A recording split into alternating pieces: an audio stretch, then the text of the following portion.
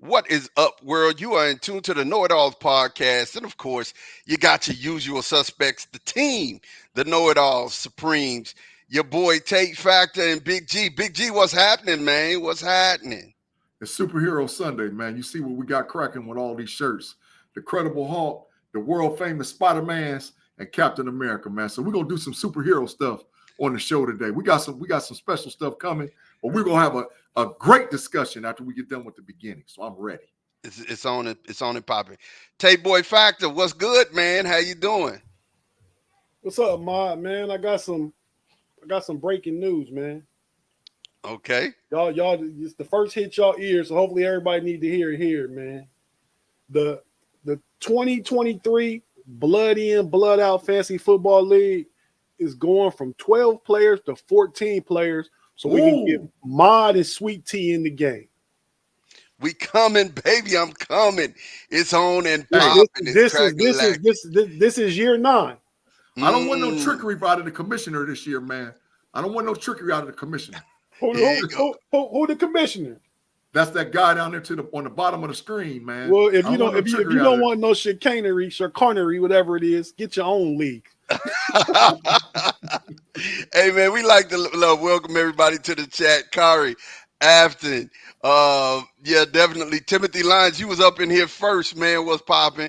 We definitely gonna get it cracking. But first, what I need you guys to do is make sure you like and subscribe. Hit the like button right about now. Hit it wherever you are.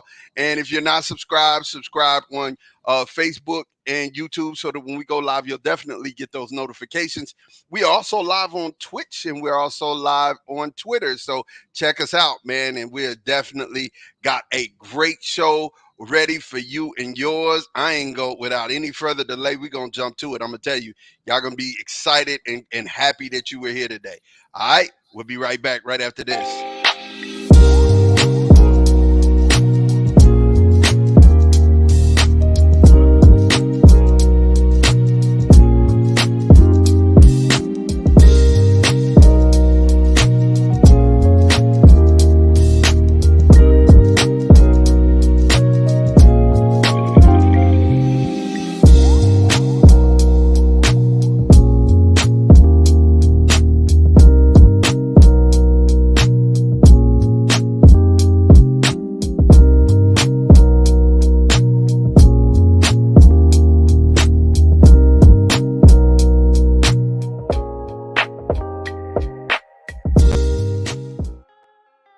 And you got it locked, man, right here.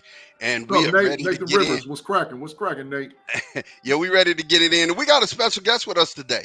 We got a special guest, and she goes by the name of Damu Mitchell. She has been here before, and she is one of the KnoitAllZ favorite guests, and we have her here. And you know why we got her here. Y'all know why we got her here. We could not let this week be up without talking track and field. I'm going to tell you, it's been a great week in the track and field world. And when we thinking about it, man, a lot of great things have happened. Damu, I'm gonna start with you, man. Like you were watching, and you got a chance to watch everything that developed. Talk to me. How you feeling about us going into the 2004 Olympics at Paris? I'm not thinking about that. I'm stressed out about what just happened. I guess for us, it's different. You know, everybody's looking at Paris, but the way we prepare is year to year. So when I tell you, like, this whole year has been, God is good. I don't even know what to say at this point. Absolutely. God is so good. And we're not looking at Paris right now. And I know the world does that because that's what you're supposed to do, right? Mm-hmm. The way my husband and I prepare is year to year. It's like last year there was a World Championships, right, in Eugene, Oregon. So now, as soon as that was over, he literally is preparing for this year's World Championship. So we focus on year to year. And the year's not over because now when they leave World Championships, they're going to Zurich, Italy, Brussels, and I get to beat them in Eugene, Oregon for the Diamond League final. I'm so excited about that. I get to go there. But it's like, it's a year-to-year thing. So Paris, yes, we're ready. We're excited for it. But right now, it's just enjoy this moment. at this time. So I'm glad you said that, but and you said you worried about what just happened. Let's talk about this for real, for real. So in the 400 relay, the handoff, we got DQ'd. First time we got DQ'd since what, 2015, wasn't it? Yeah, something And like Yeah. that. that's the first time we haven't won it since 2015. You're right, So Corey. talk to You're me, like, what happened? honestly, like I've competed in big stages like that, and you know, us on the outside, like watching on TV, it's like, oh, why did she? What happened? What happened? What happened? You guys do not understand the pressure. Like you think about this is the Super Bowl of athletics. Yeah. In the Super Bowl, you'd be like, how he fumbled the ball, right? Same thing. But when you're in that arena, everything you dreamed of and that you thought of and that you prepared for, when you walk into that stadium, I don't know if I need to filter right now, but you're like, oh shit. Yeah. Literally, Yeah. I've been there. It's like all these people are here to watch like track and field, Yeah. and the noise and the moment sometimes can get greater than you realize. And so Yeah. I don't blame Canara. I don't blame Alexis. I don't blame. It's just sometimes ish happens. Yeah. It just happens, you know, and it's you just don't know what's coming. You just don't know, but you want to prepare for it and you think you're prepared for it, but when it happens, you're just like, oh no, you know? Yeah, totally. So let's talk about some good stuff. Yeah. The women's 4x1. Ugh, Goodness. that was nice. That was nice. Talk. How did you feel about that race? Talk to me, man. Like what was going through your head when you seen it? I was excited when we got the last handoff because I kind of felt like it was on. Sha'Carri had it. So how were you feeling about that? Talk to me about that. Okay, let me tell you the reality of our life. My husband's in Budapest, Hungary. My daughter has an event at her school, Splash Bash at a water park, right? So you're like, as a mom, you got to take your kids at the Splash Bash. Did I want to go? Honestly, no. I want to be at my house where I know I have good internet and I can watch it, right? Right. Yeah. But the mom in me is like, don't be selfish. Take her to the Splash Bash, right? So we're sitting there. My phone literally freezes in the 4x1. So my other friend, I love my friend. I'm texting my husband. I'm like, I'm watching, but my phone is acting up. My friend, bless her heart, she's Jamaican, but she supports Jamaica and USA. Yeah. And I said, do you have the signal? She goes, I do. So I run over to her phone, and literally as soon as I run over there, they're running. And I'm like, I can't see. I shouldn't be here. So I started regretting being there. And my daughter's like, Mommy, I'm having so much fun. So it's like, I'm happy for you, but I'm stressed out right now. So I watched it, but I had to get back home and watch it live. I understand. So when you watched it live, when she got the stick, were you like, yes, Sha'Carri got this? You know, there's no way she's giving up this lead. I was like, go Carrie. Carrie ain't gonna just let nobody just walk her down. She's gonna fight to the end. So I was like, go Carrie, go Carrie, go Carrie. I was like, come on, Carrie. So I'm just really excited because I've seen her many days in training, and she's just a talent that is, I don't know how to describe it. Like it's to the point to where it made my husband's an amazing coach, but he had to up his game. Facts. Like literally like on the timing. Facts, right. Because he was like, Damu, I need to make sure my watch is correct. And he don't mess up on the watch. Yeah. So he like literally found all the tools necessary to up his game so he could be a better coach because he wanted to make sure that he wasn't messing up. And I commend him for that. And I saw him many nights studying numbers, all the stuff that goes behind the scenes that people don't see. He's not sleeping because he wants to make sure, not just for her, the whole team. Right. He's Absolutely. making the mistakes. He's like, my watch tells me this, but he's like, it's too good to be true. I was like, don't doubt yourself. You got this. Yeah. So that's literally what's happening at our house. Yeah. KnoitAllZ has showed his natural in these competitions, and it looks like he's the new version of Bolt. Talk to me about Noah a little bit and what the men did in the 4x1. We'll get to the 400 here in just a minute, but what the men did in the 4x1, how do you feel about that? I mean, I'm just happy because people were like, "Oh, the USA's cursed." I was like, "Y'all, bye. They're not cursed. They just need to get 4 to 6 athletes, really, because they have different people on the round. So you got to get the athletes that are focused, willing to do what's necessary to make it happen by any means necessary. Because you saw they didn't have perfect handoffs. No. But you saw that they were determined, and that's the key. And can I shout out Claremont, Florida? Okay, mind you, Noah trains in Claremont, so does Sha'Carri. So we're bringing back little old Claremont, Florida, is bringing home gold medals, like in the 100 men's and women's, Noah and Sha'Carri, and the 4x1. So I'm like, nobody knows about Claremont because they only know Orlando, but that's where we train. That's where they train. Shout out Claremont. Shout out Claremont. Tate, you had a question. Go ahead. Well, I got a couple comments. First, Damu, thanks for joining us. I know it was short notice. I appreciate you giving us some of your time to talk about what the track family's expertise is. I married into a track family, so my wife was down there today just watching it go, go, go, go. Yes, yes, yes, yes, yes. All that stuff. So know. And my other comment is about Aaliyah. Aaliyah wants to go to the water park rather than watch her girls, Sha'Carri and TT. Them are people. She's 8 years old, Kevin. You know what's so crazy about all of this is that Aaliyah goes to the track with them. She goes out there. She's jogged with them. She sat with them. We traveled to Hungary, Poland, and that was her first European trip that she remembers, right, Kevin? Because we went to but she was a baby then, so she doesn't remember that trip. But I took her, and I was oh my God, it was just such a surreal moment. It was such a blessing. I was like thanking God as we were on the plane that we had the opportunity to take her there and for her to go to London, all those places. And she sees them every day. So it's different for her. Right. The rest of the world is like, oh, wow, Sha'Carri, TT, whatever. Oh, my God.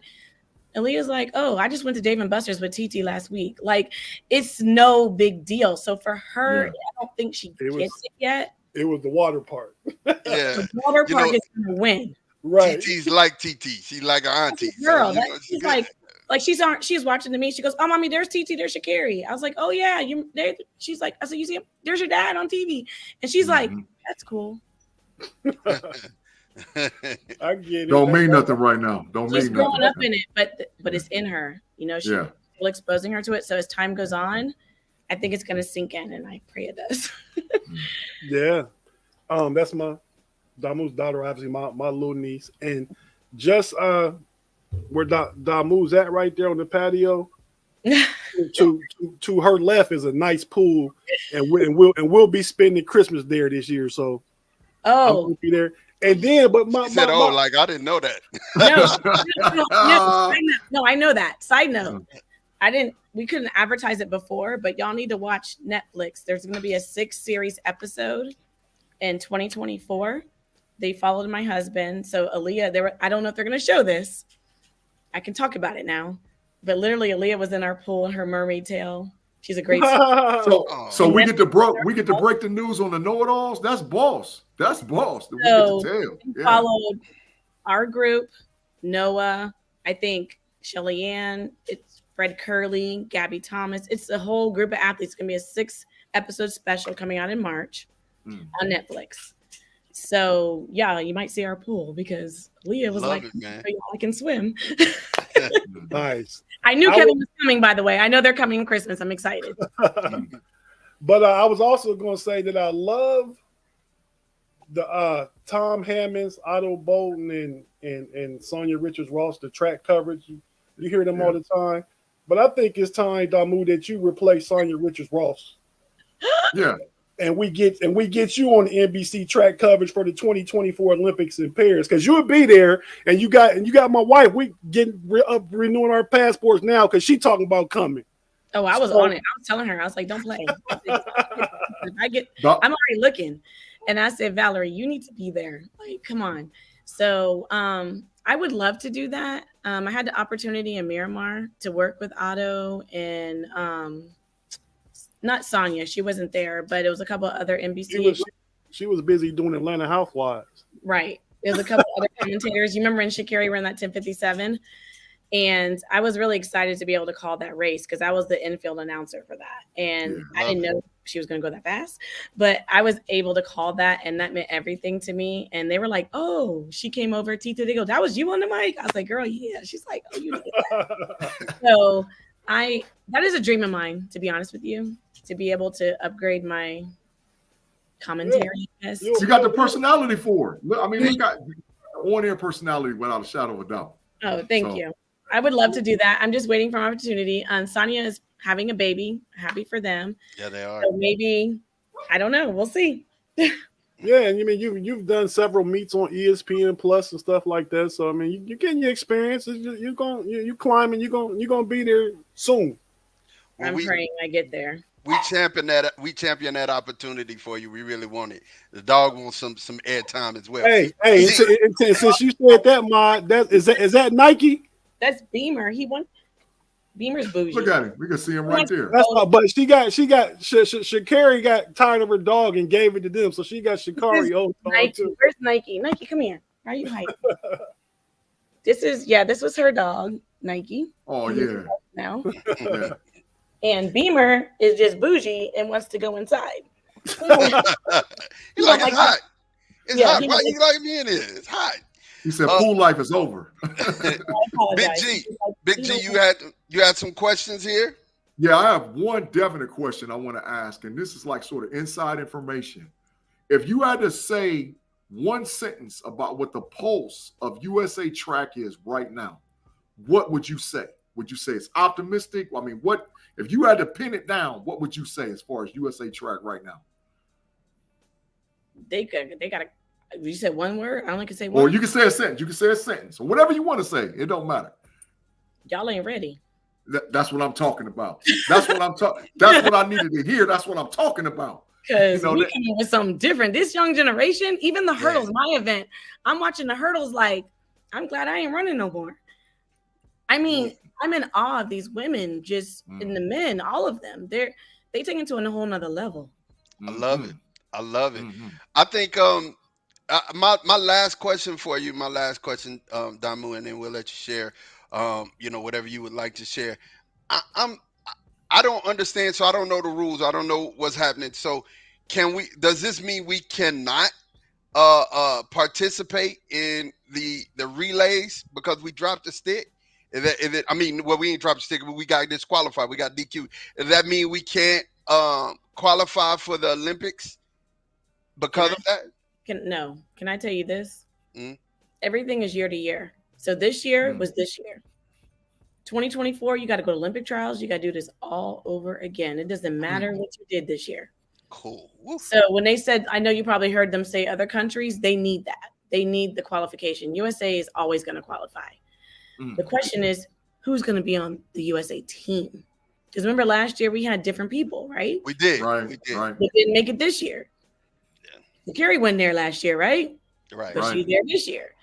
She's gonna be there next year. But I'm just saying, like, USA so deep, we're always gonna be in the mix. It's just we can't make. How did Dennis say it to me? He goes, "We can't beat ourselves. We beat ourselves when we mess up." Right. Yeah. And that's what we did. Is that I can understand. Like I said, I don't blame anybody on that 4x4. She's human. I look at all of these. We have to remember they're human. This ain't Absolutely. easy. No, I get it. I get it. All sports, they're human. They make mistakes. You're the top 1% of everybody who does the thing. So I mean, it is what it is. Nobody trains. The 4x4, the Finca Ball. She's a beast, but she fell and tripped over her own feet out of nowhere in the first day, and comes back and walks everybody down in the final day. Walks. Walks. Straight through. It's something else. So the men's 4x4, did you get a chance to watch those guys? And what do you think about? I mean, my favorite is on that race, Matthew Boland. I'm a Matthew Boland fan. I like Matthew for some odd reason. I don't get it. He fast, boy. He is fast. Matthew Boland, yeah. Fast, boy. So what do you think about the men's 4x4? I think that they did what we go out and do. You saw when they go out there and do what they're supposed to do, no one's even close. I think as long as you don't beat yourselves, there's no contest. USA is going to always win. But if they beat themselves and do unforced errors, craziness, the mind gets to you, then yeah, things happen.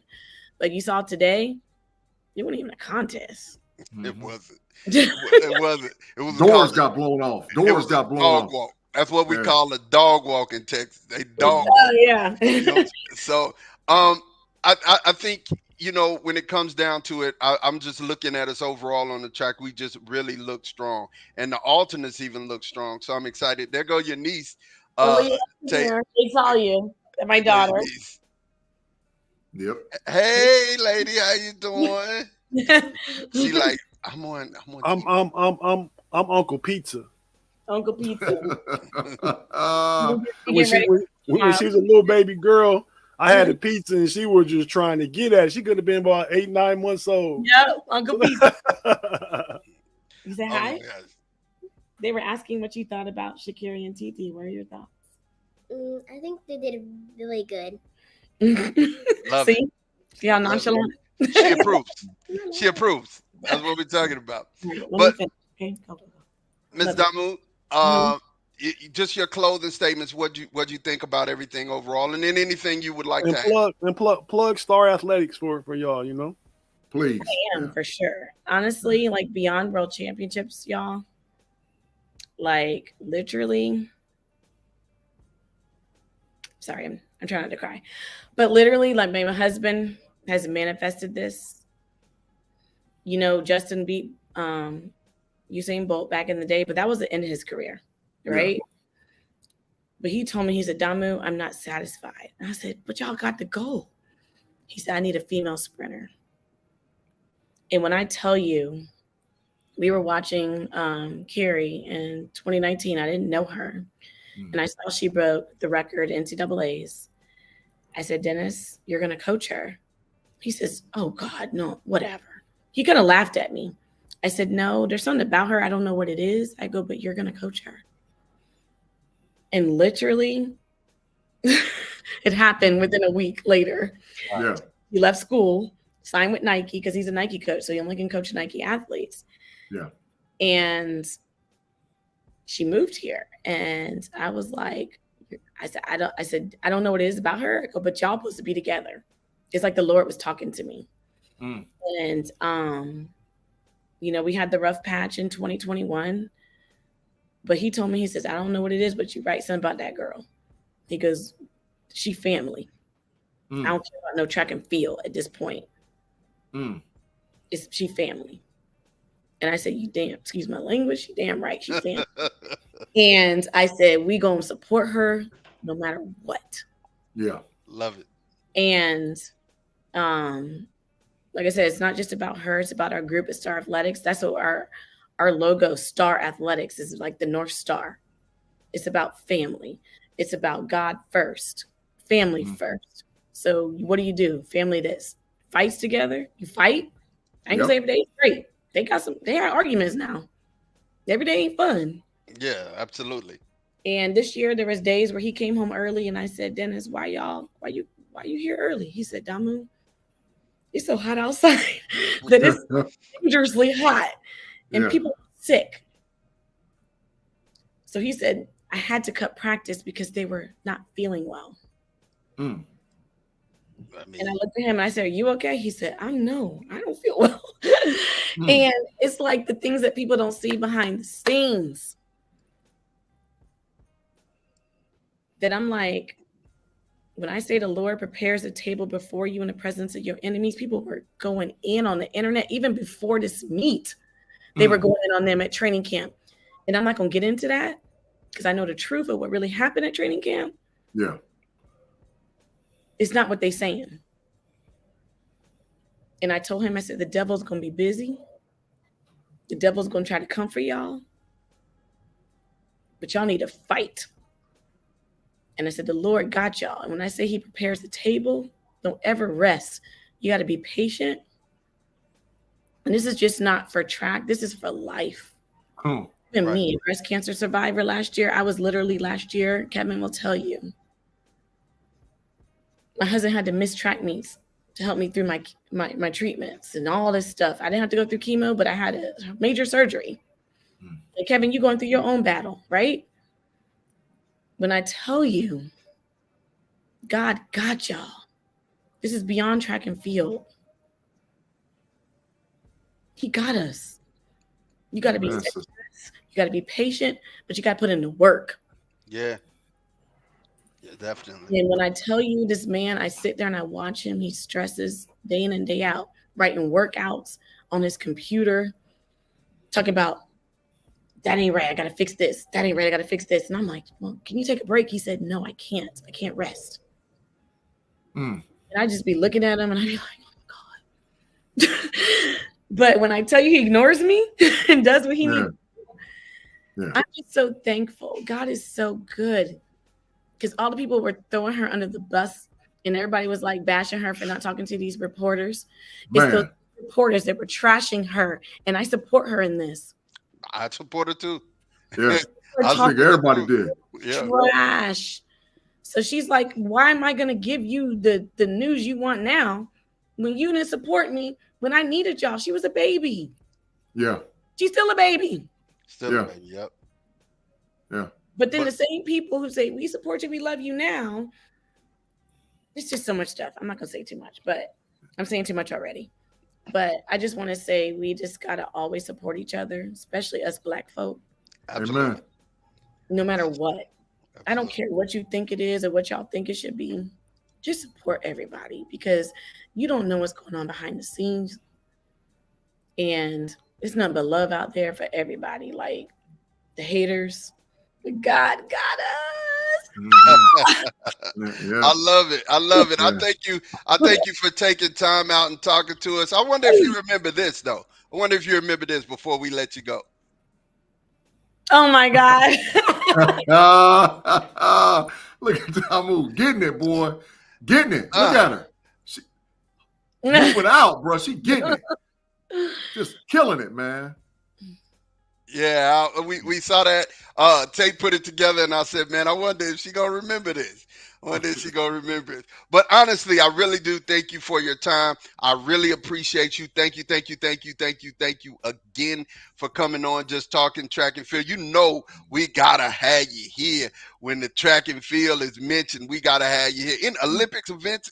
Well, it doesn't matter when it comes to that. We need you here. You're our own personal Olympian, so we gotta have you here. No problem. I'm always going to support family. And like I said, that's what Star Athletics is about, is family.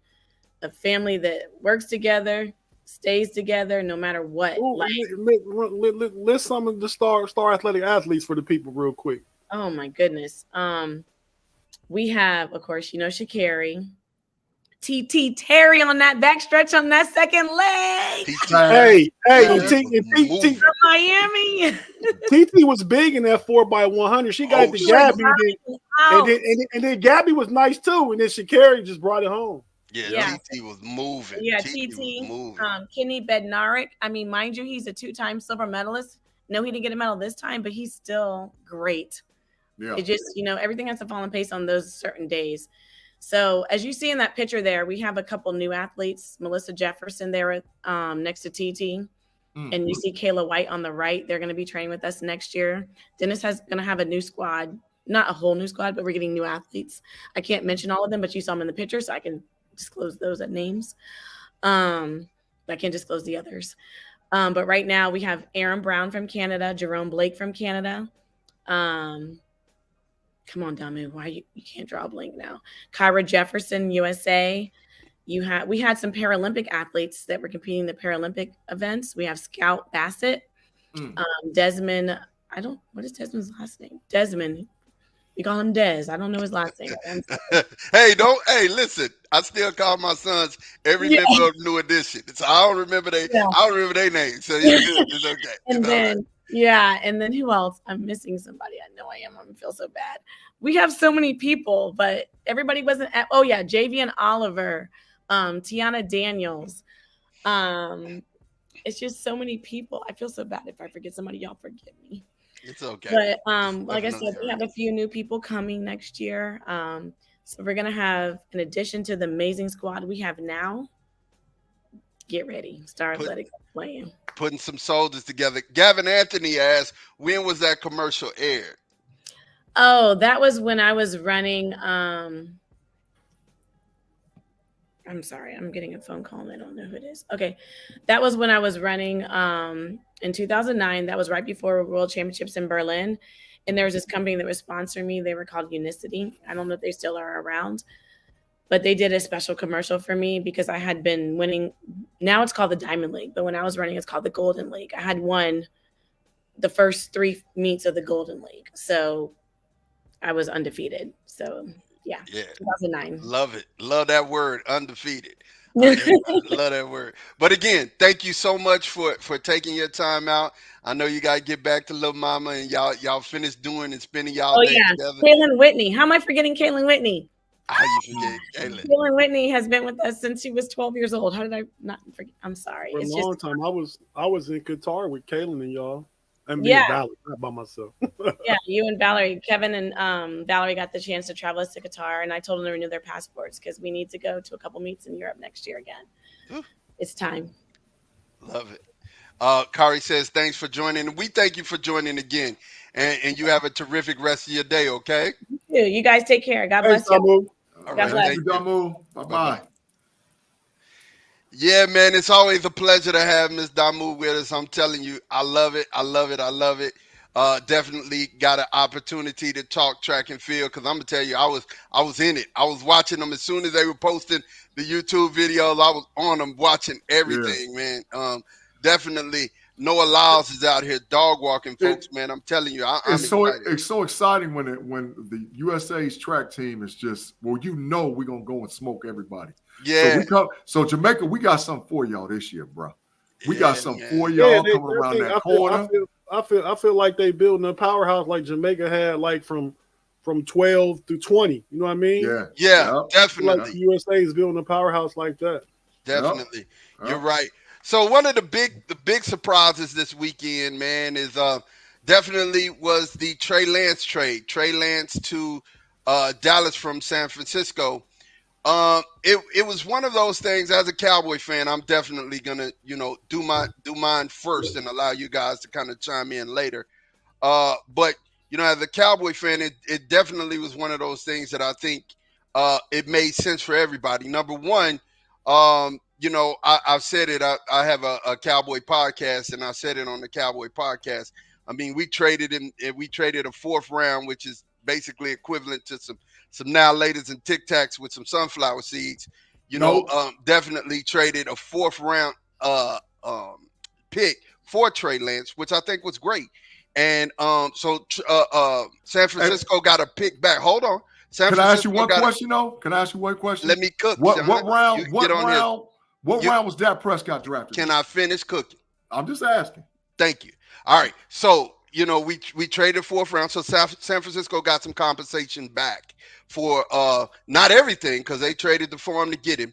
And then definitely we ended up getting a quarterback who needed a change of scenery. Trey Lance won because he needed a change of scenery. He had been in Dallas and he had been in Texas training with Patty Mahomes, quarterback coach, the best in the business, and he spent 45 days with him. And so he's really familiar with a lot of the players there, really familiar with Dak. Him and Dak did an interview previously. Definitely it's one of those things where I think, he is an asset to the roster to be on the roster. And of course, for the Cowboys, they got a 23-year-old who has some time to develop and actually develop as a player and develop as a quarterback. He can sit behind a really good quarterback and learn some things from Dak. So, that when we're ready to move off of Dak, when we're ready, whether it's 3 to 5 years, whatever, when we're ready to move on, we got the quarterback of the future. So I think it was a really good trade. You know what I'm saying? It's no more pressure on Trey Lance. You don't have to worry about starting. He's third on the depth chart behind Cooper Rush. Like I said, I think it was a good move for the Cowboys. It was a depth move and not a Dak move. I really, really, really, really like what happened. So I'll get a mic to Tate, man. Tate, how did you feel about the trade? Well, I was kind of glad for Trey Lance to get moved. I mean, he started 4 games. They really haven't given him the chance to prove what he can do. I mean, so obviously it's something in practice that he's not doing. That Kyle Shanahan and Kyle, we talked about this on our the homies on Friday on the Steel Curtain Network that um Kyle Shanahan didn't want him. That was all He did not. John Lynch. Yeah, man. Kyle Shanahan would have took Mac Jones. Would have sat Pat. Where is that to Mac Jones? Horrible. Pick. I think this move for Dallas. I'm not saying he's going to replace Dak, but I'm saying he's there to create competition. Dak's seat is a little warmer. You don't trade a fourth round pick. Fourth round pick is good draft capital. To bring a guy in who you have to, I think that he got like $1 million this year. Next year he'll get like $4 or $5 million. So he's affordable. They got to make a decision after that, and they got to make a decision on Dak's paycheck. So there's no guarantees. I mean, this is leverage against Dak and the kind of money that he may want going into the future. Agreed. I agree. He hasn't proved himself to be a $45 million quarterback. So they might say, Dak, we're not going to up it. We keep you at 40, 45 million, but we're not going to up it. So it's a whole bunch of little intricacies and things that could happen. Like I said, not saying he's the replacement, just saying that things is going to be a little different in the Big D. I agree. I agree with that. That's a great take, Tate. That's a great take. I agree. You know, when you ain't got nobody behind you pushing you, you never have no incentive to do better. You know what I'm saying? Hey, Mod, I always have great takes. All right. Go ahead. Thomas said Dak has a 60 million cap figure next season. He has all the leverage. Absolutely. He's not going anywhere anytime soon. So, but anyway, go ahead, G. Go ahead with your take. Well, the issue is that Dak Prescott, whether people want to realize it or not, has not had any pressure put on him as the quarterback for the Dallas Cowboys. He's never had a guy that can actually come in and take his position and actually can come in and outplay him and actually be groomed, because he's never had a quarterback behind him groomed to be able to take over the starting position his whole tenure in Dallas. He sort of got the handoff the same way when Tony Romo got hurt. He got handed it to him, and he's had it ever since. You know, so now this brings in a guy that, from a physical standpoint, I'm not saying as far as his play on the field, from a physical standpoint, attributes, you're not a first-round pick by accident, right? So there was some things that was going on in San Francisco. I said Shanahan should be fired, but that's a whole nother situation. If you like it, go back and check out the homies after party that we talked about, our homies overtime, because I said Shanahan, for what they gave up, was ridiculous. However, Dak Prescott, Jerry Jones put you on notice, bro. What Jerry Jones is saying, and believe me, this is what he's saying, that nobody's job is untouchable. Nobody is you're just going to sit there and be our quarterback. And he gave up the exact same draft capital that he used to get Dak Prescott to begin with. They were both fourth-round draft picks. So if Lance comes in and I heard Jerry say something, because I read it in 3 articles that he talked about. Jerry said, we're going to get an opportunity to groom this quarterback to get him ready to perform. I have not heard Jerry Jones say that about a quarterback in a long time. So that is telling me that Jerry was all in on picking up Trey Lance, which is actually a win-win for Dallas. Because if Trey plays well and he does what he's supposed to do, Dak, you can get to packing. So Dak, this is all. It's all in for Dak. If I'm gonna cut you off, Big G. If he does well in the preseason next year and in his appearances, Trey Lance, at the very least, and Dak start playing well, at the very least, Dallas can up their draft capital that they traded for him to get more draft capital for him in the future. Facts. Again, a great take. Great take. Facts. I think, but I ain't finished. So I'm saying that Dak has an opportunity to play his way to be the quarterback of the future for the next 3 to 5, or based on the development of Trey Lance, Trey Lance could eventually take his spot, which is a win-win for the Cowboys, because now you don't got to search through the draft and look for a guy and hope a guy falls to you and all whatever else. You got him right there. So I'm waiting to see what the player development looks like for Trey Lance. And, oh, by the way, my last point, Jerry Jones, this was a sneaky, smart move, because the team that's been kicking your behind and putting you out of the playoffs was the 49ers. Trey Lance is a quarterback. He knows that playbook like it's 90 going 20. So guess what Trey going to be doing as the third string quarterback holding the clipboard? He going to tell them boys what they getting ready to do. He knows San Fran's playbook. There might be a little adjustment here or there by Shanahan, but Trey can look and tell them, oh, this is going to happen. He going to watch film and look. So it's a sneaky good move because you bring somebody from the opposing camp in who knows the playbook, and now you get a competitive advantage. And I think all things help anybody in this day and age to get a competitive advantage to win, in the playoffs. But we're going to see. The jury's out about Dak. Well, I mean, I like the fact, like I said, I like it. I think, Tate, you hit a lot of good points. Uncommonly, you had a couple of good ones. Towards the end, it starts thinking. But he said uncommonly. it was really good. I mean, when it comes, you didn't get the sign, Ahmad. Don't push your luck, buddy, because I'll give you the sign. No, listen. So just getting into it, because we're gonna go back to the Cowboys a little later. Definitely, I want to talk about the last preseason game. What is it that you guys saw out of the last preseason game that y'all were happy about, and what is it that you weren't happy about? Like, what were some of the things that you guys saw out of the last Pittsburgh preseason game that you were happy about, and the things that you were unhappy about? So first of all, the live chat is lit up over there, y'all. We appreciate you guys. Please make sure that you hit that like button and subscribe, because we got a lot of chatter going on over in the live chat. We got people checking us out. So we appreciate all you guys.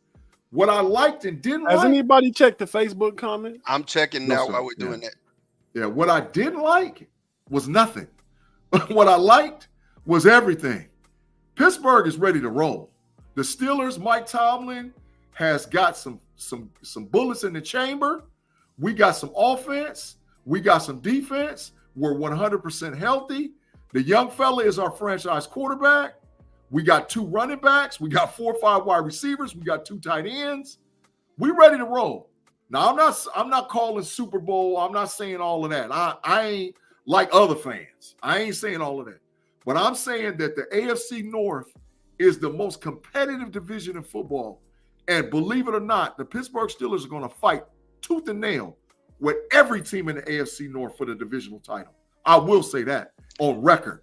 I'm gonna tell you, Nate Herbig. I'm just y'all got y'all one. Nick, that's Nick, his brother. Nick, y'all got y'all one. Y'all got you one. Tate. Before we get to you, Tate said, "What's up? Good evening, ladies and gentlemen." Ben Lamping, she said, God is good all the time. He absolutely is. Amen. Ben Lamping said, good evening. Elohim Hogan, what's popping? He said, what's popping?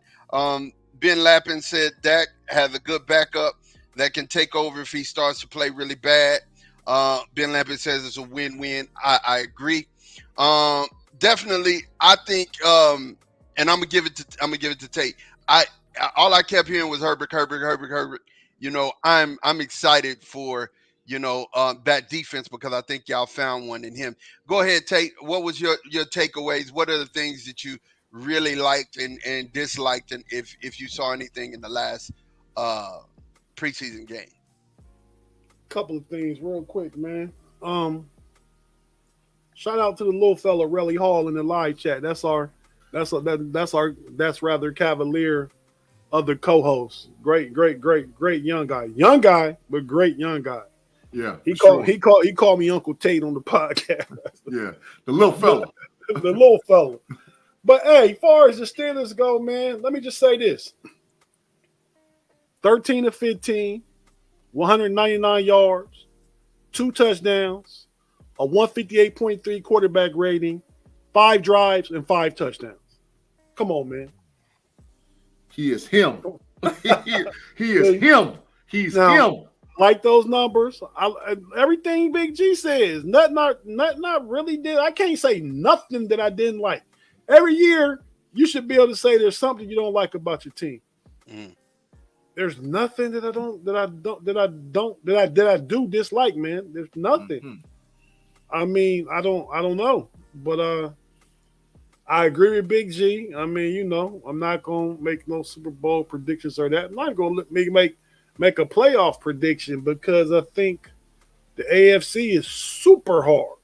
Yes, sir.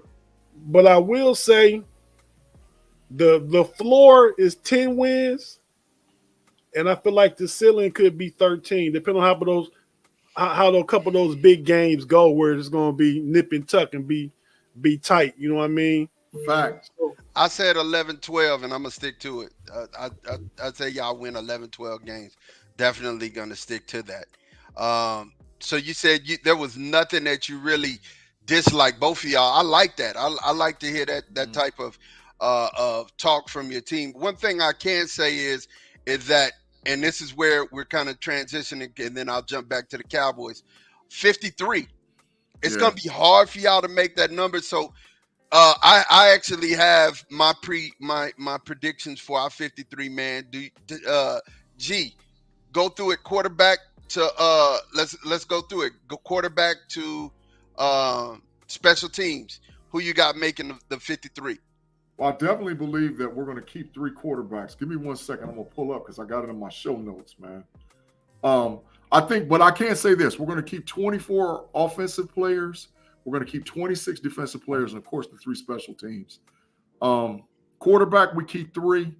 Running back, we keep 3. That 3 would be Mason Rudolph, Kenny Pickett, and Trash Trubisky.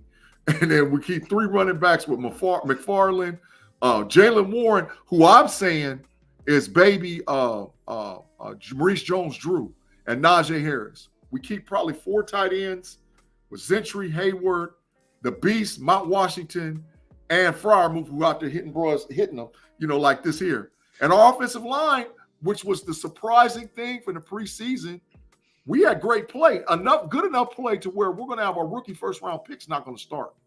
He's not going to start at left tackle, not right away, maybe eventually, right? Defensively, solid defensive line. We got depth at the outside linebacker, 4 guys, Bolden, Herbig, Highsmith, Watt, which makes me feel real good. Then we got the captain back there, Pat P, that's with Minka, that's running that secondary with Neal and Joey Porter Jr., who had an outstanding preseason. So we got a lot going on, bro. And Tate, I'll mess it up if I don't say this, because you called this early. You was like, Calvin Austin III is going to come back with a vengeance. And Tate, that boy on kickoff and punt returns is dangerous. If he catch it clean, he to the house. He's that fast. I think he runs a sub.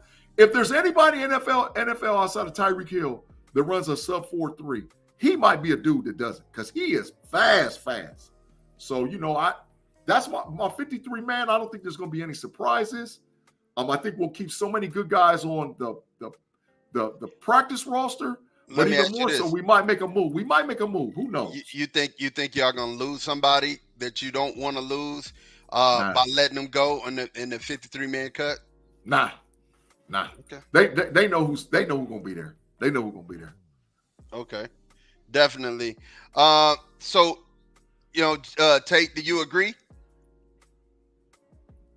Yeah, Big G didn't say nothing that I disagree with about the offense. Yeah. Afton said, I think Adams is gone, but not a great loss. He said he's going to take at least a year. He's going to take at least 2 to the house this year. He's talking about Calvin. That's big, Claude. That's big. Well, in our last preseason game, Dak got the chance to call the plays. Definitely did a great job. 422 total yards of offense. I think he called an excellent job. I think that's something that, looking into it, that I think head coaches should do. See the bias when we was talking about ours. Didn't I give you a Pittsburgh Steelers graphic?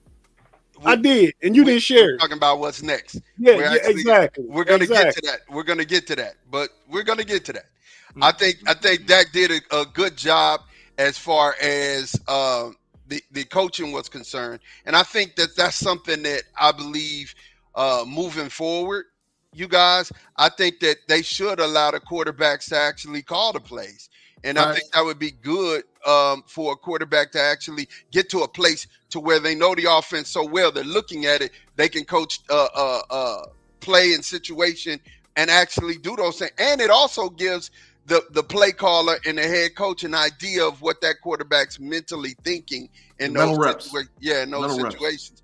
Yeah, so I think that's a good thing there, definitely. And we're gonna get to what's next after. Matter of fact, let me let y'all finish with what's next with Pittsburgh. Let's talk about that. What's next after we also set this 53-man roster? What's next with Pittsburgh? Tate, you want to get him or you want me to go first? Nah, man, I'm just gonna sit back here and chill while the bias gone. For sure. Hey, man, so I think we're looking at week 1. The issue is over the next 13, 14 days, we need to make sure that everybody's fully rested. We need to make sure that everybody's prepared. We definitely we're probably, knowing Mike Tomlin, going to issue the game plan this week. We'll go a week early versus game week. We're going to go a week early to start putting in the game plan for San Francisco. I think San Francisco is going to be a serious opponent for us week 1, but there's going to be a lot to tell after that first game. I look for Pittsburgh to win week 1, and they're going to put the NFL on notice. And I think the main couple of people that's going to put them on notice is Kenny Pickett, George Pickens, Darnell Washington, and the return of TJ Watt, man. So it's going to be a lot going on with the Steelers week 1, without a shadow of a doubt, because we had the best offseason, the best preseason, and we might have a special season in the chamber. That's my thoughts, man. Tate? I think week 1 against San Francisco from a competitive standpoint is one of the top 2 most competitive games in the league on opening day. I think that Bills Jets going to be a real good one too. But Pittsburgh, San Francisco, and if you think about it, Pittsburgh generally, even though we had a bad start to last season, week 1 we came out and we beat the Cincinnati Bengals, who were just in the Super Bowl the year before. Facts. And that was week 1. And then week 1 2 years ago, we went up to Buffalo and beat Buffalo. So these are all Super Bowl contending teams. So it's not new for us to open up with a Super Bowl contending team. But this time, the only thing different, we got them at our house. Yeah, it's like the first time in 8 years Pittsburgh's opening at home. Yeah. So I look for a good game, a chess match between Mike Tomlin and Terrell Austin and Kyle Shanahan. I think the key to the game already is going to be if he plays. I hope he don't even come blocking Nick Bosa because that guy is a game wrecker also on their side of the ball. Yes, and I think neutralizing Christian McCaffrey and let's see what Brock Purdy got. Let's see what he got. Yeah. Make Brock Purdy beat you. So looking forward to it. 2 weeks from right now, already have my answers, man. Yeah, for sure. Definitely love it, you guys, man. Love it. Well, basically on our roster projection, man, on our 3 deep, for every position on our 53, I think we keep 3 quarterbacks, like G said. Well, everybody's keeping 3 quarterbacks. They have the opportunity to keep. I don't know if everybody's going to keep 3 on their roster. Of course, Dak, Cooper, Trey. Running back, it's going to be Tony Pollard, Rico Dowdell, and Deuce Vaughn. I think Deuce did enough to win that job. Here's where a lot of people are kind of teetering because, there are 6 wide receivers that we really want to keep. But I don't think we will. I think, we'll keep 5, CD, Brandon Cooks, Michael Gallup, Jalen Tolbert, and Kevontae Turpin. I think we'll keep 4 tight ends, but actually really 3. I think me and Tom talk about this a lot, but I think here's where you're going to keep Jake Ferguson, Peyton Hendershot, Luke Schoonemaker, our draft pick, and Hunter Lemke, who's going to be our fullback / H-back / tight end. I think that's the kid from North Dakota. Is that the kid from North Dakota? From North Dakota State. He had a really good game. He almost had 200 yards of offense in his last preseason game, right? Yeah. Then the offensive linemen, let's say we keep 9: Tyler Smith, Tyron Smith, Zach Martin, Tyler Biadasz, Terrence Steele, Brock Hoffman, T.J. Bass, Asim Richards, and Matt Walexko. I'm glad that I think we should let Ball go, and he's hurt already, so I think we should go on and let him ride. Defensive line, of course, DeMarcus Lawrence, Mavi Smith, Osa, Sam Williams, Chauncey Golston, Dorrance Armstrong, Dante Fowler, Jonathan Hankins, and Valemi Fiocco, our draft pick from this year from the Aztecs. As far as the linebackers is concerned, of course, you got Micah, Leighton, LVE, Wolf Hunter, Damone Clark, Jabril Cox, Devin Harper, and Isaiah Land from Florida A&M. I'm gonna be real with you. As far as this group is concerned, I'm really scared because I mean losing DeMarvion Overshawn was a thing. That was a real big thing. And then of course defensive backs, one of the best defensive backfields in the NFL.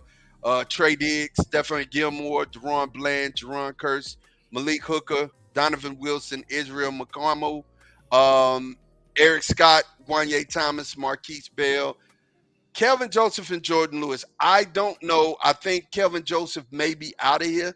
How many DBs they gonna keep? 11.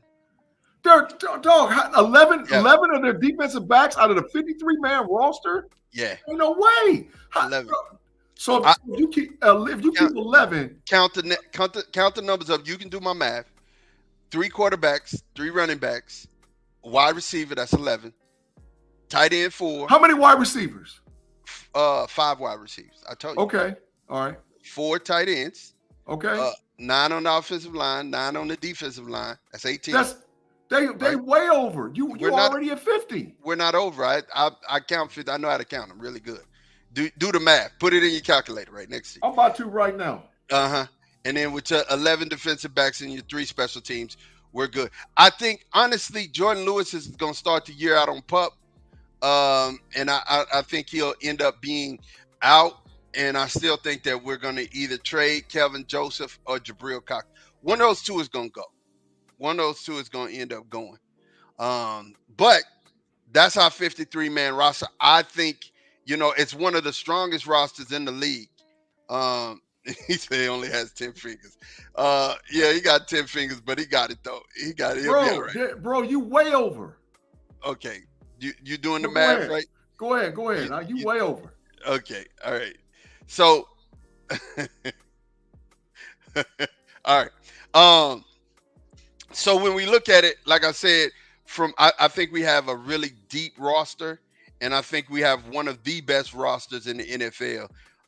Probably top 10. I'd say top 10 and really be good. But as far as the Cowboys is concerned, what's next with us? Of course, we're just getting ready, man. I think, it's a season where we're definitely winding up and getting ready for this season. I think is going to be a really good season. I've already said 12 wins is I think 12 wins is our floor. 12 wins is our floor. 13 is my ceiling. I think between 12 to 13 wins that we'll have this year. One thing that I went back and I saw, and this is something that you might want to make note of, Big G. And the last 3 years that Dak was healthy the whole year. Yeah. 4,449 yards, 37 touchdowns, 10 interceptions. 4,902 yards, 30 touchdowns, 11 interceptions. 3,885 yards, 22 touchdowns, 8 interceptions. That was the year Zeke won the Russian championship. Listen, I'm gonna say this. What's his playoff record? He's 2-4. But here's what I'm saying to you. This is a man who could play quarterback.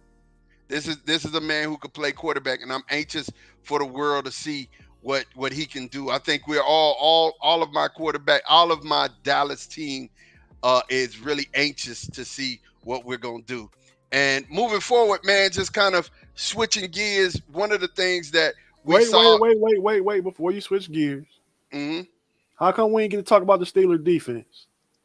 Y'all had a chance to talk about everything. No, you got Big G about the offense. You say, Tate, you got anything to say about what Big G said? I said, I agree with everything Big G said. Why didn't you say it? Why didn't you say it? But go ahead. Go ahead. You have the floor. That's the bias again, though. You can't always control the production of the show, man, because we don't get fair airplay around here. You have it. The floor is yours, sir. I would not, but I really wanted to ask: you keeping 3 quarterbacks? That means Will Greer is gone. Yeah. Yeah. Unfortunately. Okay. Unfortunately, I think he played good enough where somebody's gonna pick him up. Yeah, I like Will Greer in West Virginia, right? West Virginia. Yeah. Yeah, I like it there, but I don't have anything about our defense. I mean, our defense is going to be good. I just wanted to call out the bias though, as you methodically went through all Dallas stuff. I'm like, man, we ain't get to talk about no defense or nothing. But I'm good though. Yeah, definitely. One of the things that we want to talk about, man, and this was just put into the comments. I like this, man.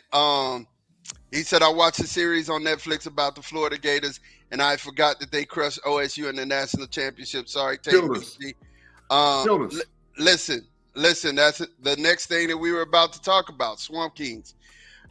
Definitely getting a chance to see this documentary. I'm going to say it. I'll be the first one to say I believe this was an Urban Meyer kind of thing. I believe it was Urban Meyer centric. They went in on it, but they didn't really go in, and it wasn't a smut fest either. They weren't trying to tell all the dirt, or it wasn't a tell all expose, but it was definitely about that Florida football team during that time, and I think it was really, really good. Some of the highlights that I thought was there, it kind of gave you the opportunity to see why Urban was, not giving up on players, because he gave up on a player early. He gave up on a player early who had hit his girlfriend, and the guy went home and died of a drug overdose, and it was something that haunted him. Tim said he had to pray for him a lot through that time and help him pray to get through it, and that's why Urban would never give up on a kid. Like when they came into the program, I thought that was something good to actually know about Urban Meyer. And then Urban Meyer taking in Chris Rainey, because Chris Rainey grew up without any parents. Mother was a drug addict, father was in the pen, never really knew his father. So basically, when he saw Urban Meyer having a birthday party for his child, he was like, man, I never had that before. Nobody's ever celebrated my birthday before. You forget that a lot of the athletes coming into college are just kids. We forget that a lot. And I think that was something that was super refreshing about the whole thing. Before I get into it more, G, what was some of your thoughts from Swamp Kings? Swamp Kings was trash. I don't care what nobody say, man, because it didn't. This is the deal about Swamp Kings. They had an opportunity to tell the truth in totality, as close as they could get, sort of like how when they told the story about the Fab Five, sort of like when they told the story about Jordan, and they went, and Netflix didn't do like how ESPN did. And I think that somebody on that Florida team needs to go back and redo it and tell the story of the whole Florida Gators. Talk about the Pounceys. Talk about Percy Harvin. Talk about Aaron Hernandez. Talk about Mick Moriarty and how he installed a culture with the mat session with the Florida Gators and how all that started. Talk about how Urban Meyer would hedge his bets with players because he was a master in psychology. He's got a degree in psychology and how he played those little mind games with players. They need, and if you want to know some real deal information about it, check out Zach Smith, the Minister of Sports, who was a coach, the wide receivers coach on that staff, who said himself that he thought that Swamp Kings was trash. Now, and there was great coaches on that team. Charlie Strong, Mick Moriarty, who's currently the Ohio State Buckeye strength and conditioning coach, Josh Fryer. There was dogs. There was some real live stories. Even tell the truth about Cam Newton and how Cam Newton stole a computer and got kicked off the team, which is some inside information that a lot of folks don't know because Urban Meyer had set it up for Tebow to walk out and Cam to take over. So, when you're going to do it, I get what they were trying to do, Mod. I get it.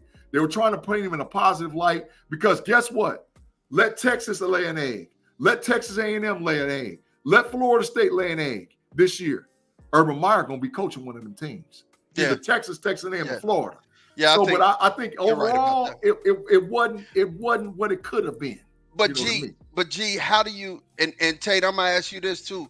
How you have to at some point protect people, bro? Like, I mean, I understand a lot of stuff happen in the public eye to where you can actually share about it without digging up people's dirt. But I mean, some things you just want to let die, man. Like Aaron Hernandez still has a family.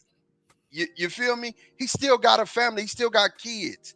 You want to put his kids through that whole experience again? You want to tell all that stuff so just so that the other person can be informed? I mean, there's certain things to me that I think need to be left alone. And with Cam, Hernandez didn't mess up at Florida. He messed up in the Patriots. right? But with So Cam, that's a different story. with Cam, I think Cam leaving and going to Blend was the best move for him anyway, because he won every award there is known to man. You know what I'm saying? He won every award. The Davey O'Brien, the Heisman, the national championship. I mean, he won it all, bro. Like he won in life as a result of actually moving out of Florida, going to Blend. Because I think when it looked at it, he came back. He got in trouble, right? But Urban wasn't going to throw him away. He got in trouble. He left because Chris Leak was still there, and he was backing up Tim Tebow. He wasn't going to get no tick. No, he got kicked off the team because he stole a computer. Remember, after that happened with I forget his name. When it happened with that player, Urban said he kicked no more kids off the team. Not facts. He kicked him more off the kids team. off the team. Okay, so we'll say, check it out. It's a good watch. I think it's a really good Tate. watch. Tate, did you see it, man? No, Tate didn't watch it. We already knew Tate didn't watch it. No, you didn't ask me what I thought about. I still got an opinion, maybe not on the thing. See, man, I've been hearing y'all voices too much, man. You ain't came to me at all this show, man. So I'm feeling some kind of way. Gotcha. But nah, I didn't see the show. You said it was good. Big G saw it, said it was trash. But when I'm seeing the live chat, it sounded like it could have been more. So I'm not gonna create myself any type of sense of urgency to try and watch it. I do think when you do a documentary, though, you do a documentary.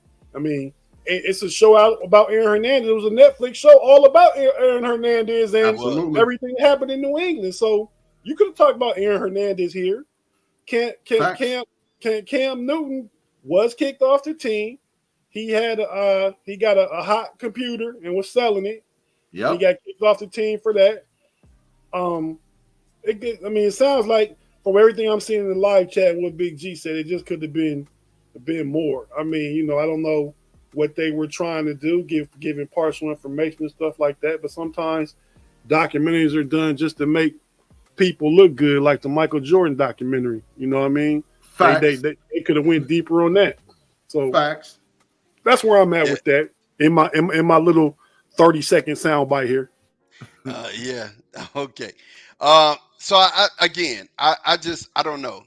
You're right. Aaron did have a documentary, but that's like living through it twice, though, Tate. I mean, you know what I'm saying? I mean, when you tell a documentary, that's that person's interpretation of that whole thing. I know watching it, Tim Tebow really got me hyped, though. Tate, that's something you need to watch out for. Tim Tebow got me hyped. He got me hyped for real.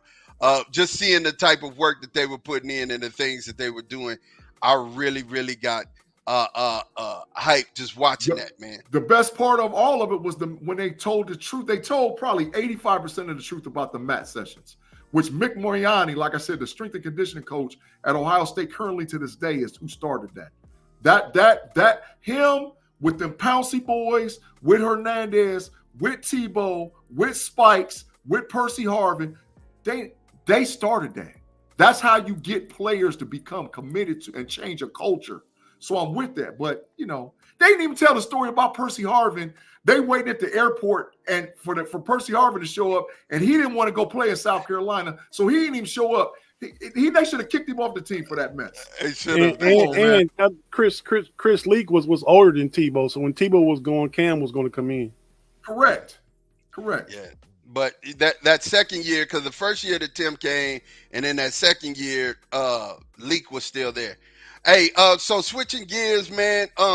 Tate, why don't you take this after we go ahead and hear this soundbite? He might leave. Listen to this. There will never be hard feelings with the Milwaukee Bucks. I believe that we've had 10 unbelievable years, and there's no doubt I gave everything for the city of Milwaukee. Everything. But winning a championship comes first. I don't want to be 20 years on the same team and don't win another championship.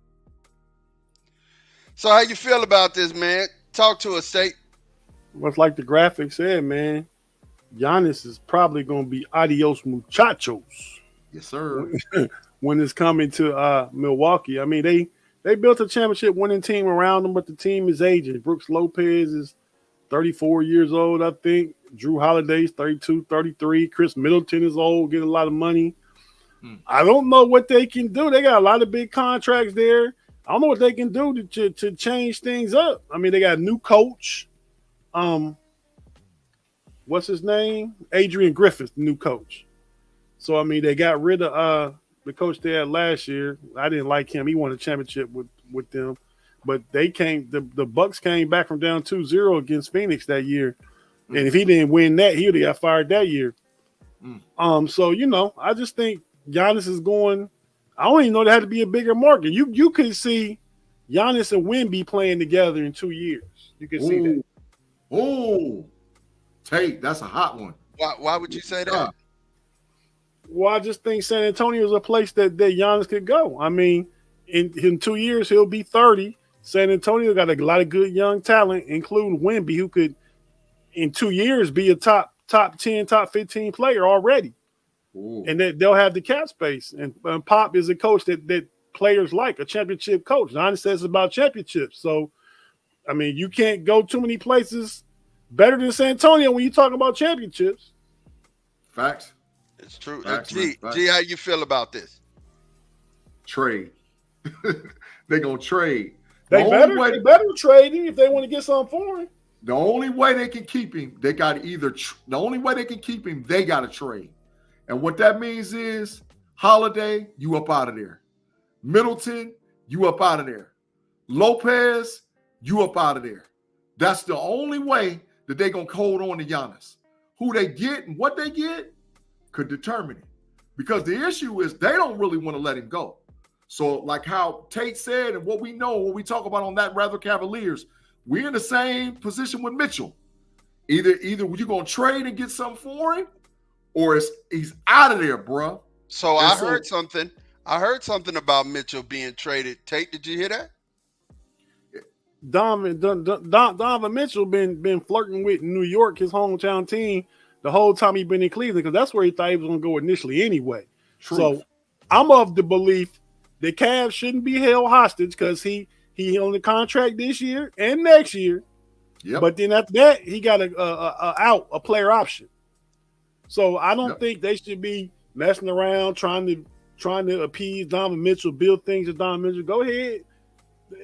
Halfway through this season, if it's not looking good in Cleveland, and looking good is like top 2 or 3 teams in the East record-wise. At the trade deadline, you got to listen to offers, man. You got to. I mean, the team is going to come down to in Cleveland being built around Darius Garland, Evan Mobley first, Darius Garland, and then a young Imani Bates coming up. Facts. So if you can trade Donovan Mitchell and get some good pieces for him, you don't got to get back what you gave up because you probably won't get that. But get back some good pieces for him. Cleveland's still gonna be in a good place because two of their best 3 players are young and under contract. Yep, and it's the same deal with Mitch. It's the same difference with Giannis. They gonna have to clean, like I said, Middleton, Holiday, Lopez. You on notice, bro. Bobby Portis, y'all on notice. What you gonna get Big G for Middleton? Was come back off an injury, just signed a big contract. He opted out to come back to sign not as big a contract, but he probably making about $40 million a year though.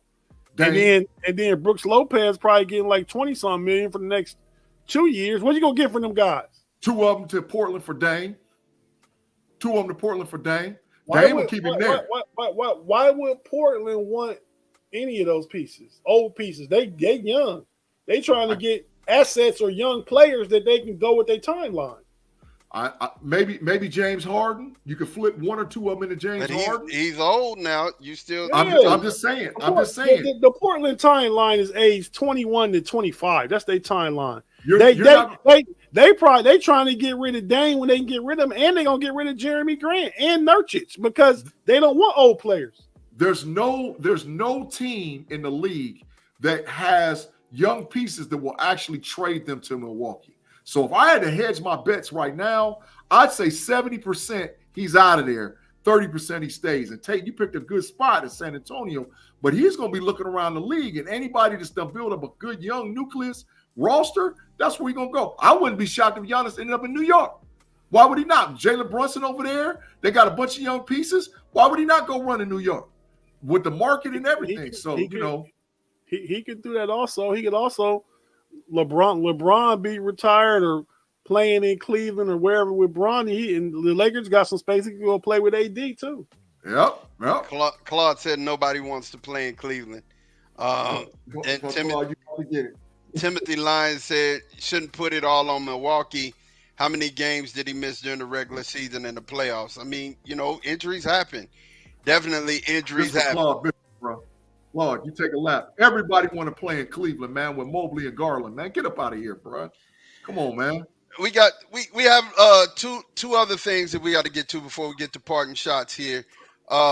We got to get to who's tanking to get Caleb Williams. Let's look at a clip from Caleb Williams yesterday where he dropped the ball, dusted it off, ate a sandwich, and then threw a 60-yard bomb. Let's check it out. Here you go. Threw the bomb all the way.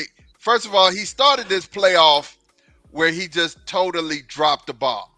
He dropped it. The running back went off, dropped the ball, picked it up, threw a 60-yard bomb. So he had 4 touchdowns yesterday. So I'm gonna start with Tate. Tate, man, who you think is tanking in the NFL to get Caleb Williams? Who you think is gonna take that dive this year? I don't think the team's got a tank. I think they're just sorry. They're not going to be tanking. They just sorry. They trash, Tate. They trash. They trash, man. What level of trash? Are they tire fire, dumpster fire, hot fire, or full trash? Give me dumpster fire, man. Oh, my God. So who we talking? Pull that one out. We talking Arizona. We talking... I still think Tennessee. Oh, but they got a good team, but their quarterback position is trash. And y'all don't believe in Will Levis. He ain't showed me nothing during the preseason. Horrible. Malik Willis looked decent yesterday. He was threw 2 touchdowns, also threw 2 picks. Yep. I think Arizona, Tennessee, and the other quarterback needy team. What you got, Big G? Help me with somebody. Tampa Bay Buccaneers.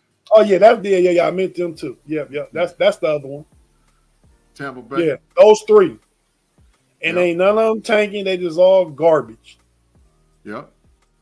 I got a sleeper team though that's gonna be trash, and they're gonna try to get him. Denver. Sean Payton want Caleb Williams. Believe me. Sean Payton got lust for Caleb Williams. Actually, he got lust for him. He over there like, ooh, if I could just get my hands They're on not that going to be youngster bad. boy. They're not going to be bad enough. I don't know, man. I don't know. Bad man. I'm telling you right now on the know-it-alls. You know my whole thing last year. Russ is back. No, Tate. Come Russ on, dog. Be back. Tate. They at best they're gonna finish 3rd in the division. Russ gonna be the 2nd best quarterback in the AFC West. What? You heard me. What over Justin Herbert? Y'all keep anointing Justin Herbert. He's a numbers guy, man. Empty calories. Take a lap, Tate. Empty calories. Come on, dog. Come on, Tate. I can't wait till we do the preview show. I can't wait.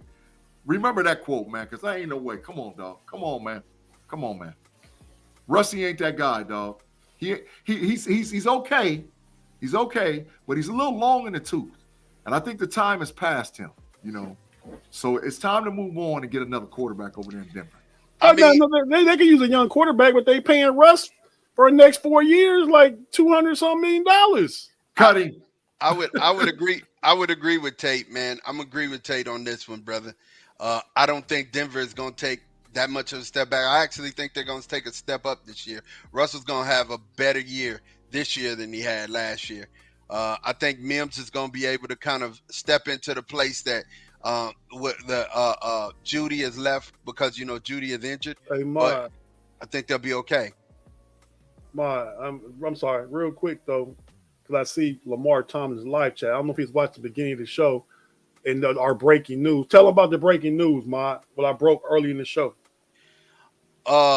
Breaking. What was the breaking Lamar news? Thomas and Ahmad Bell is joining the Blood In, Blood Out Fantasy Football League, and we're going to 14 teams instead of 12. 12 to 14. Yeah, so y'all boys be ready. Mod is back.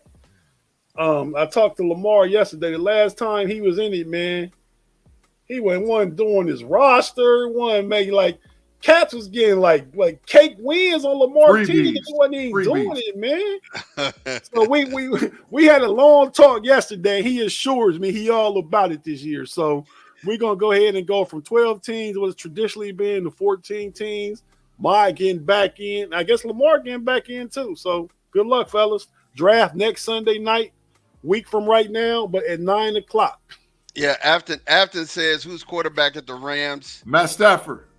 Yeah, but he's not going to be for that much longer. So quarterback, they're going to need a quarterback too, but I don't think the Rams tank that bad, Afton. I don't think they go down that bad. You don't think the Rams will get a top 5 pick? Yeah, they may. The Washington Commanders going to be looking for a quarterback too. They may. Nah, I got belief in Sam Howell, dog. Oh, no, I got belief in him too. I got belief in Sam Howell. I got belief in Sam Howell. It might not be this year, but he their future, man. Oh, no. Sam Howell's going to be all right. Big G, I'm going to tell you this, man. You know football, but you a terrible quarterback assessor. No, because you call Dak trash. I tell you every week, Dak not trash. Dak just fold in the big moments. That's all. Big games, Dak don't play his best. But he's a good quarterback. He's top 10 now. He might be number 10 now in my book. Ain't the rule big time players make big time plays in big time games? First of all, he hasn't made the plays as of yet. And I mean, honestly, when I went into, I'm not even finna go into this because it'll lead down a whole other thing. And I've been accused of being biased. I get the word thrown at me every show. Good thing that I got tough skin. If I didn't have tough skin, I'm gonna tell you something. I would have been and already took my ball and went home. It takes tough skin because you be called biased. Man, listen, I'm gonna tell you guys. No word that's offensive. You guys are something else. I can't. If I even make the cow sound, y'all boys is on it. Like Listen, I'll co-sign with the Cowboy defense, but Michael Parsons need to be quiet while you're talking all that. Yeah, I'll co-sign with them boys. He need to be quiet. Oh yeah, hey, Big G, I didn't see that. I made a graphic with the Cowboys in it that say what they said. Las Vegas Super Bowl. We ain't seen that graphic. You don't have to. You don't have to. I got you. Hold up 1 second. Here we go. Team goal is to win a Super Bowl or not, and it's truly a bust if we don't. And not that that's okay, but that's what our standards have to be for us to be able to thrive and to get better in this atmosphere and in this world, and being under the Dallas Cowboys umbrella, I guess you could say, is that you have to accept that. You have to accept those challenges. I've always said with great expectations come greater results. So bring them on, and we're going to try to answer that. Message are you going to leave for Cowboys Nation as you prepare for the 2023 season? And that's for each one of you. Let's get ready for Vegas.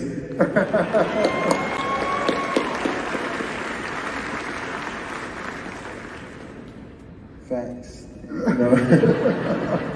Man, I'm gonna see y'all in Vegas, man. If y'all roulette put on Black 11, I'm pretty sure it's gonna hit because we attacking everything, man.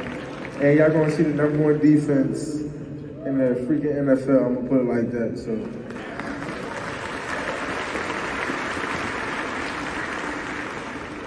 I don't think nothing else need to be said. Well, like they said, the Super Bowl. I want to thank you guys for coming. And I mean, that's what was said. That's what was said. And I mean, I would rather my team. Graphic. I don't. that was I don't. the ones that didn't convert. That was one of the ones that didn't convert. Here But we go, Big G. that's fine.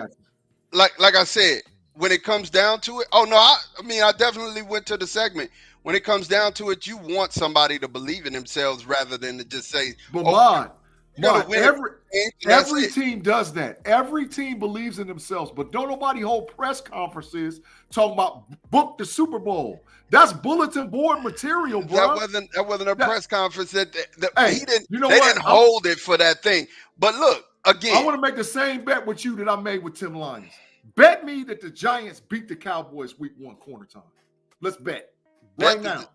The Cowboys. I got the Giants. You got the Cowboys. Bet. I hear corner time every week. I ain't never seen neither one of y'all jokers with y'all back turn. It's a new time. season. It's ever. I've actually done my corner time. Yeah, and G did one thing of I pay my bets off right off the rip. Let's bet it that the Giants. I'm betting for the Giants. I'm saying the Giants gonna beat them. G, you still do old corner time though. You still bet this one. You owe 5 minutes of corner time, right? Bet this one. Bet this one, right? Bet the 5 minutes. Are you gonna pay your 5 minutes though? I need my 5 minutes. I'm gonna pay 10. I'll pay 10. So you pay 10 if you lose. Yeah. If you win, it's 0. It's 0. I bet. Yeah. I take that. Bet. The Giants gonna punish them boys. I take that. Wait a minute. Wait a minute. Time out. Thomas said, "What's corner time?" You want in too, Thomas? No. Nobody know Thomas because nobody ever did it. The one time I did it, Ma didn't have me on air. You see how I take the blame for stuff? Like, did you have me on air? Not honestly, my corner time back. I promise you, Tate is the biggest blamer in the world. I need you to make a sign that say "blamer" and put Tate face on it. Hey, Big G, backstage. Corner time. Backstage, Ma deleted the new intro and said, "Oh, I deleted it because I was doing something for Tate and Rally." And he talking about I'm the biggest blamer. He just said that an hour ago. Come on, fact. Okay, but anyway, like I said, corner time is where you have to turn your back to the camera, or you have to you could even have it on and have your chair empty, and it's fine. You're doing corner time.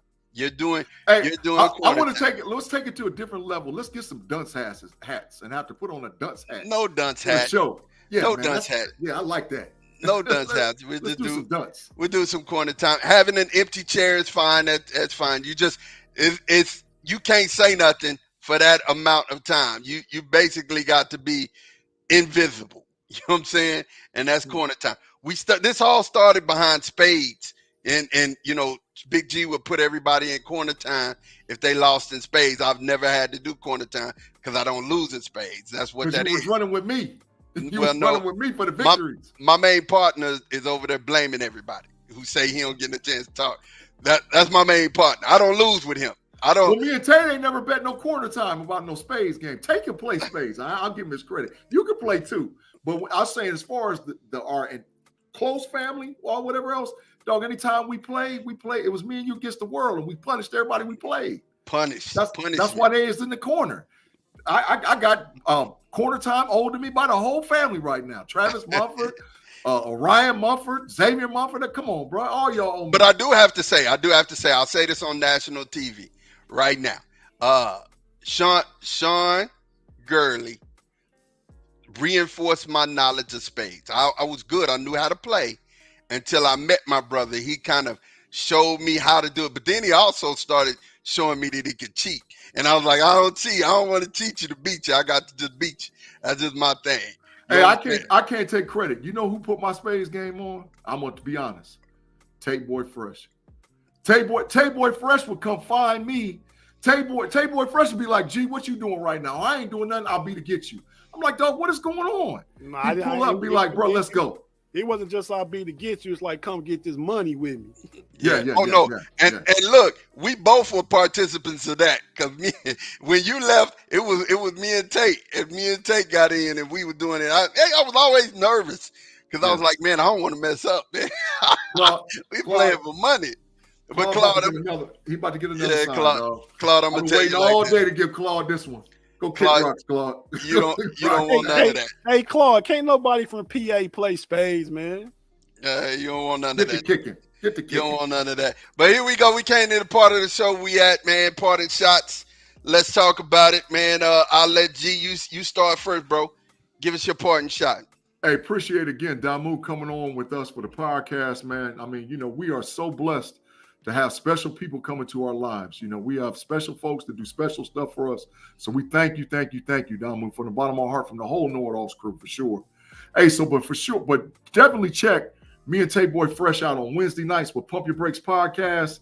We get down on the Pump Your Brakes. Last week we had like thousands of people check us out in the audio and the video, so we appreciate it. Definitely check us out on the Homies podcast and the Homies Overtime podcast, which our first week, we had over 1,000 people listen to us on the audio and so many checked us out on the video. And don't forget me and Tate Boy Fresh on Cleveland Cavaliers, That's Rather Cavaliers Cleveland podcast. Oh, and by the way, Big G got a new show coming for college football called Level Up Podcast. It's about college football in general. I had a meeting with my team. I actually got an email my one guy because he just sent me an email. We got some things we got to work through, but that college football podcast is going to be off the chain. So be looking for Level Up. I'll make sure that I tag it, hashtag with everybody out there. And tonight I'm on the Bet Show for the Steel Curtain Network, a special guest, man, on the bets at about 8:30, man. So if you're out there listening, you want to hear some Steelers facts and kick some knowledge, check me out on the Bet Show for sure tonight on Steel Curtain Network, Fans First Sports Network. But don't never forget, home base is the KnoitAllZ podcast. And y'all, we're getting close to that 400 subscriber. I think we're around 382, 383.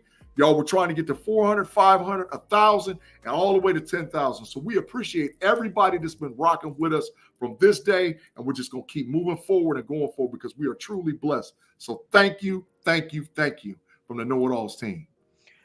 Tate, your parting shot, man. Talk to me. Hey, man, agree with everything Big G said. Thanks everybody in the live chat for joining us. Really, y'all like family, man, like friends. I mean, y'all not just here, y'all in everything we do. A lot of y'all, so yeah, we certainly appreciate that. My parting shot is going to be. I just want to say, man, I've been called a blamer tonight. And I don't know if I blame. I just call things out. I mean, I talked to Lamar Thomas in live chat yesterday. He said one thing. This was yesterday, and he said it before. He said, if it's one thing about you, Tate, you don't got no filter, but you always keep it real. So you give everybody the truth. And that's where I'm at right now.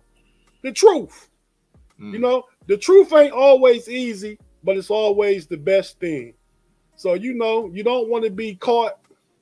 We don't want to be caught in traffic. You know what I mean? You don't want to be caught in a snowstorm or a blizzard or tornado or anything like that. But the one place you definitely don't want to be is caught in a lie. So, I urge everybody the best option when talking to somebody or even in the situation that you don't think it's not going to work out the best for you. Just live in your truth. And that's my part shot. I also want to say that FSSN, we all got something going. Big G said all our stuff, but I want to shout out Mods DC4L, the Dallas Cowboy podcast on FFSN, Pay, the Bear Claw podcast on FFSN, and B Dirts Running Through the Jungle on FFSN. We the Know It All crew. They extended. We all family. We all been doing this stuff together. We grind together. So shout out to the whole entire crew. We like the Wu-Tang. For sure. Forever. Just like the Wu-Tang. Formed just like the Wu-Tang. Claude Bishop said you guys have the best podcast on the net, and that's the truth, man. I appreciate you, Claude. Thanks, Claude, man. You have a lot of bad takes, Claude, because you always with Penn State and you always hating on Ohio State and nobody want to play in Cleveland. But hey, Claude, you that dude, man. You are dude. Thanks, man. Yeah, definitely. And I echo everybody's thoughts and sentiments about the live chat. You guys, man, you always hear you showing up, showing out. Bring a friend with you. Timothy Lyons just said? What? He said that Dotson just got traded to the Rams. Ma don't even know who Dotson is, man. You talk about that on the Steelers Q&A tonight with Betts. Yeah, who's Dotson? Told you, Ma. Keep going, man. Keep going, man. Like, who's My Dotson? bad, Ma. I didn't mean to cut you off. Hey, man, but Ma be calling Cowboy players out by their nickname like we know them. We don't be knowing them either. You right. Definitely, man. Like I said, appreciate you guys in the live chat. Definitely lighting it up, keeping it hot, keeping everybody going. Y'all know, man, it's all love. It's football talk, man. It's sports talk. This is shop talk. If you've ever been in a barber shop, you know what it's like. Everybody got a hot take, and it all seems like that they're basing with each other, but they're definitely not. It's not that whole thing. As we're getting ready, this is a year where, the part of the year, time of the year where we're transitioning into college football. UT's about to start. Of course, the Cowboys about to start. All of us are happy, but transition sometimes can be ugly. Transition going from one place to another place can be ugly. Sometimes success is lonely. You know what I'm saying? When you're going into a new place, a new position in life, a new time in life where you're actually having to go, and you got to leave a lot of the people behind, people with bad attitudes, people that, have, emotional or have emotional acts. You got to leave them alone if you're trying to grow. And I just want you to understand, you got to give yourself the opportunity to be great. Greatness requires work, man. Greatness requires work. You can't have a positive experience in life with growth if you don't put in the work. We sat down one day and we had a conversation. We would call each other on three-way, and we had a conversation with Tate, and we were like, yo, Tate, we want to do a podcast. We should do a podcast about what we're talking about, man. And it just happened that way, and we all agreed, and we said, we just call it the KnoitAllZ. I mean, but guess what? It took work, man. We had to get up. We have to sacrifice our time. Tate sacrifices his time doing a lot of the graphics, and he does a lot of the graphics and behind the scenes. G is the information guy. He's always going. Sometimes the information is wrong, but I love him. He's still working to get the information together. You know what I'm saying? But yeah, definitely, and then me doing the production. But guess what? I mention all that because I didn't know how to do none of this when we started. I taught myself a lot of these things on YouTube University, and I gave myself the freedom to fail. If you don't really believe in yourself and go through transition, give yourself the opportunity to fail by doing things, because a lot of people will talk about something but never do it.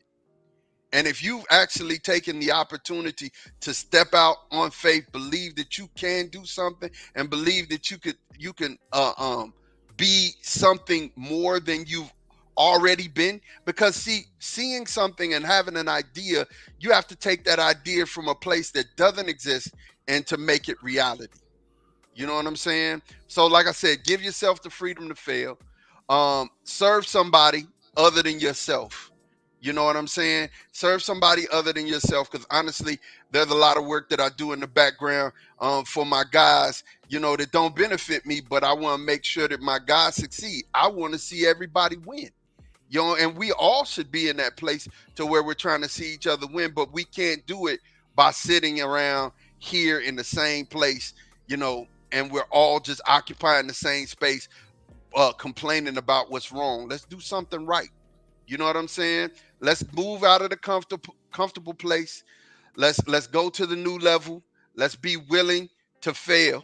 Let's be willing to do something wrong, or to be looked at, or to be talked about, but at least you're doing something. You know what I'm saying?